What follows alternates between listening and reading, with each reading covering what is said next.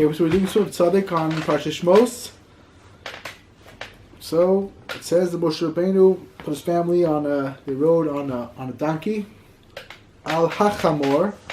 Rashi says this chamor that was miyuchad, special chamor set aside that Avraham Avinu saddled for the Akedah, for Rav Yitzchak, and in times to come Mashiach himself will be revealed on this very chamor. And this is actually the words of the Pirkei of Eliezer. Eliezer? Go. So Rav Tzadok says, so how old do you think this chamor was? He said, it doesn't mean that there was this very ancient chamor, and then you have no idea. It's already 5 years. Everybody thought, what is it, 3,000 or 4,000 years, whatever, until Mashiach comes, it's going to be this very ancient chamor somewhere. He said, that's not the pshat. He said, that can't be what it means. He said, it can't be that this had many thousand years as chamor. That's not the pshat. He said, it means that everything is one kedusha.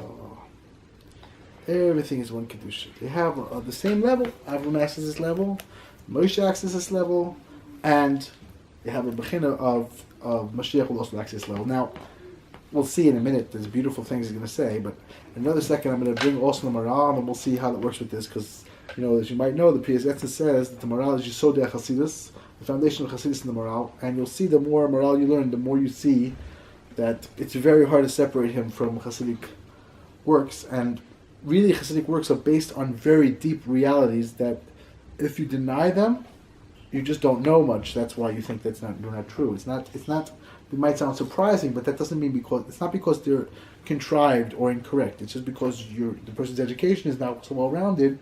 So he doesn't really know. He might know a lot of things, but he doesn't know the very strong sources for what these things are. So this Maharal especially, you see that in. Maharal was a contemporary of Rizal, was way before Chassidus.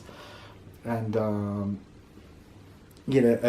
famously, right, Shmuel Orbach, I believe, wrote in his Eskama to the Goraya from Yerushalayim that the Giloi of the Maharal was no less than the Aryeh. It was just in a language that was a little bit more nigle.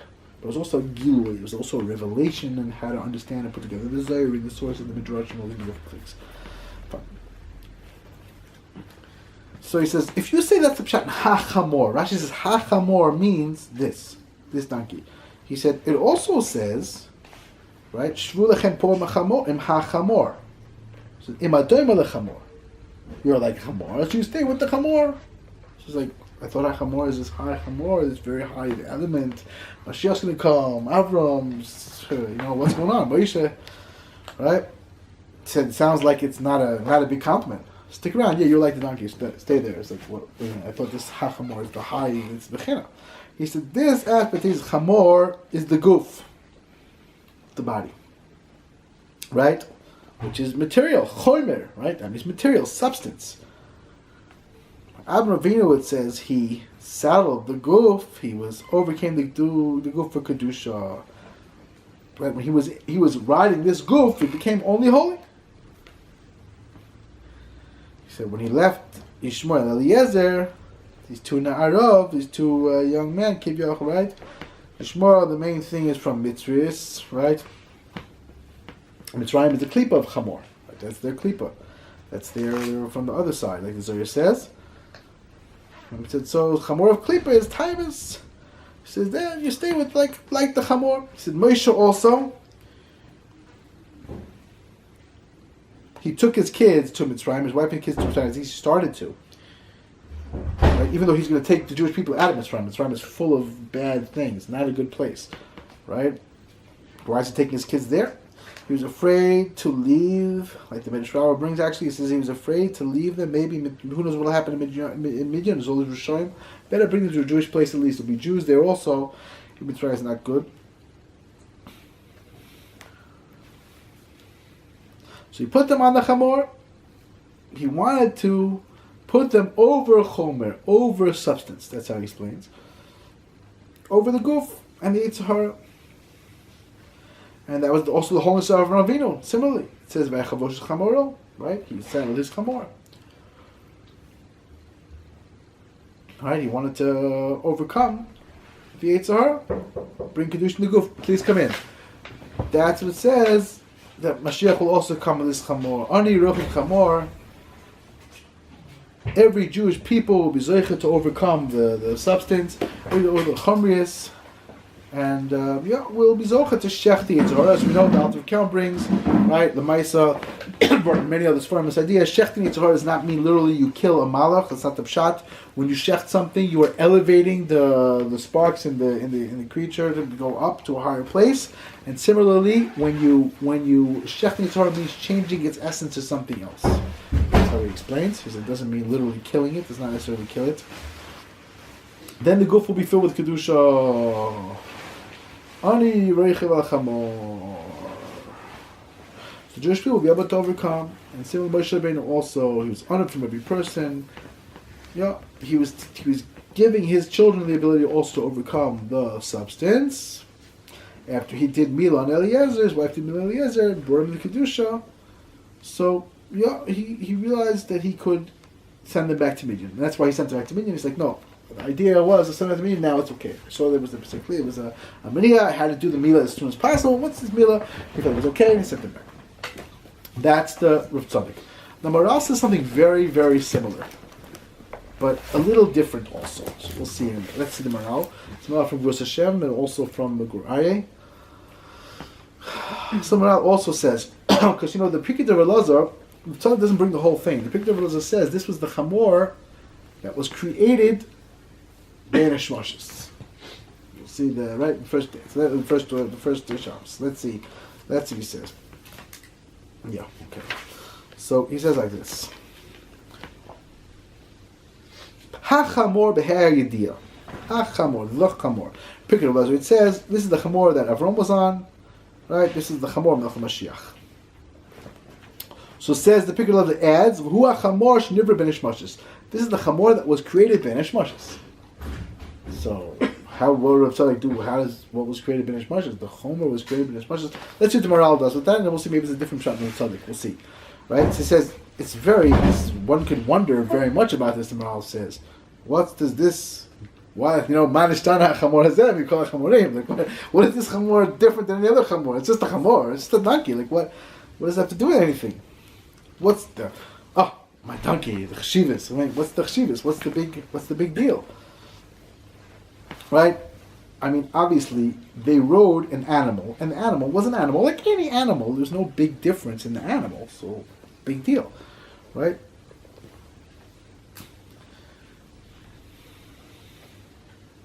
And why dafka these three? Avraham, Moshe, and Moshiach. Why them? Why not everybody else? They were all riding donkeys. He said, our sages said that there was a tremendous chachma, and they're revealing a tremendous chachma from this donkey, what they're talking about here. He said, Avraham and Moshe and Moshiach, you see special things that you don't find anywhere else. Avraham, you'll find that Hashem picked him up over everything. Avraham and Saticha, he was the Av of everyone. Not only the Jewish people like the other of us. He said everyone, and actually, a Yid, I think his name is Abu Shafran, could be his name. He asked Rav Weinberger, I believe, the Shiva of Ner Yisrael. He said, I don't understand.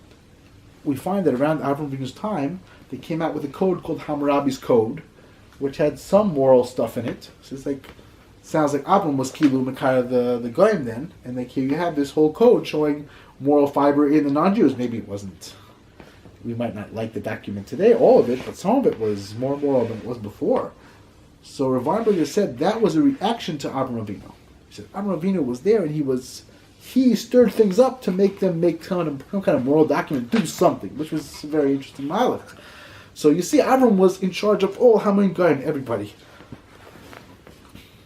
right? Not like the other others. It says Hashem took him outside, and our sages say he took him above the stars. Moshe also. It says by Moshe Nateyot Chol HaShamayim. And our sages also they say that Hashem picked him up over the Shamayim. Melech Mashiach also. The Tanchuma says also Hina Yaskil Avdi Yoram V'Nasa V'Gava. Yoram, he'll be picked up more than Abraham, and Nasa, he'll be uplifted more than Moshe, and higher than the hashemashos. So you see again from that Medrash Tanchuma that Avraham, Moshe is a special uplifting and hashemashos, and that's it. So they are original. They're very, very special. That's what the Maharal explains.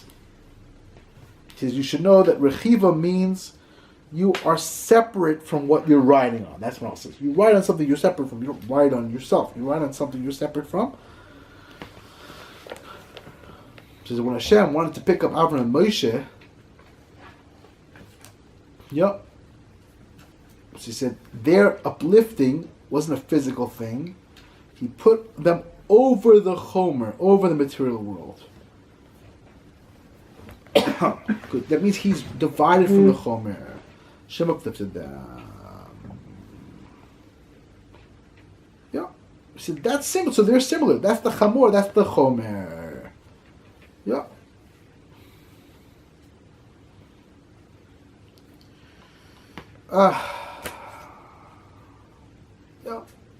So that's the idea that was created bein hashemashos. He said, why? He says, very simple. He said, bein hashemashos, you have this aspect, the 6 days, we're creating nature, right? What's on a simple level. He said, Shabbos is above nature. Bein hashemashos is someone who's able to uplift nature. Oh, very nice. The chamor meaning the ability, the possibility of uplifting the chomer. Remember, how Rav Tzadok learned it was created, the chamor was created bein hashemashos. Rav Tzadok had said that the chomer also similar, the chomer, but they were able to be mekadesh the chomer. He doesn't talk about separating or anything like that. And he's saying chamor is also by Eliezer and Yishmael. It was the wrong chamor because it means the chomer. You have to pick up the chomer.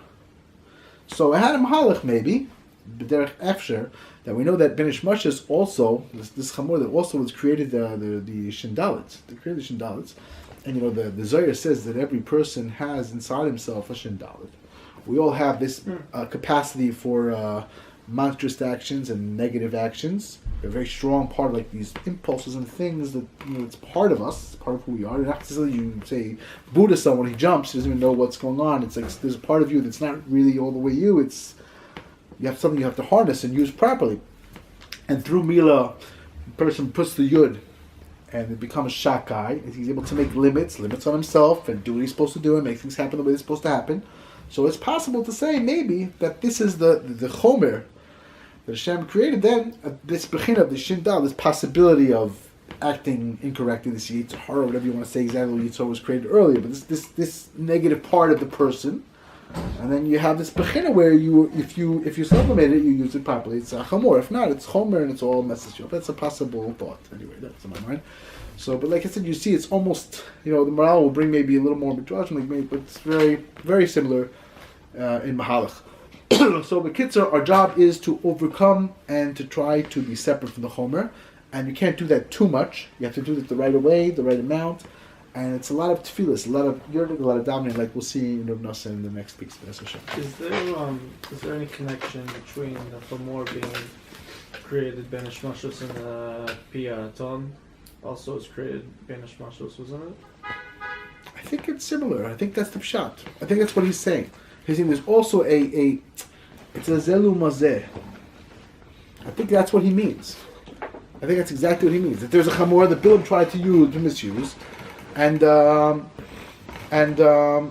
think that's I think it's mamish what he's going on. I don't think that there's another. It is like he's saying that by rechiva, there's an aspect of rechiva that you're separate from it. Yeah, no, 100%. But by Bilam, he was trying to be Makayim like Bilam was something different. No, he also wanted to be separate, but he wanted to be separate. He wanted like the chamor of the klipa, the chamor. That's what he was looking for. No, but he was meyached, he was mezaveg with the... No, because again, the Zohar, that's a very good question. So what about wasn't the donkey that was created bein hashemashos, wasn't that Bilam's donkey? Like when did we find out? Was there another donkey created? Like the donkey created bein hashemashos? Is that? I think that's what it is. Because all those dykes say pia, it's all, aren't they? I think also. I don't know. Like listen, you could say period loads are saying something different.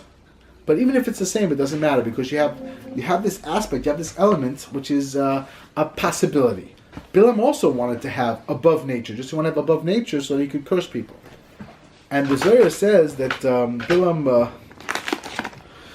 chamor is says that Bilam knew that he was unstoppable. He knew that no matter what, he was completely unstoppable. As long as he has this chamor with him, he can curse anybody because the chamor is the chomer, and he got that klipas chamor mitzrayim, whatever. He was the master. Balak was better than him in everything except for cursing. And they knew Bilam with cursing, you're dead with him. Forget it, you're done. That's why he was hired. What was his Indian to do that? But again? What was his Indian to do that? I'll tell you in a second. Very good question. Very, very good question. But like, let's first finish the other point which you raised, which is that what about like, okay, so how is it that the chamor? So he wanted very much. So again, he would have won. The only thing is, the Zohar says that's why the Malach had to kill the donkey. The donkey didn't do anything, but if he had that donkey, he was literally unstoppable. That's why he's pushing and like so Hashem's like, no, you're right.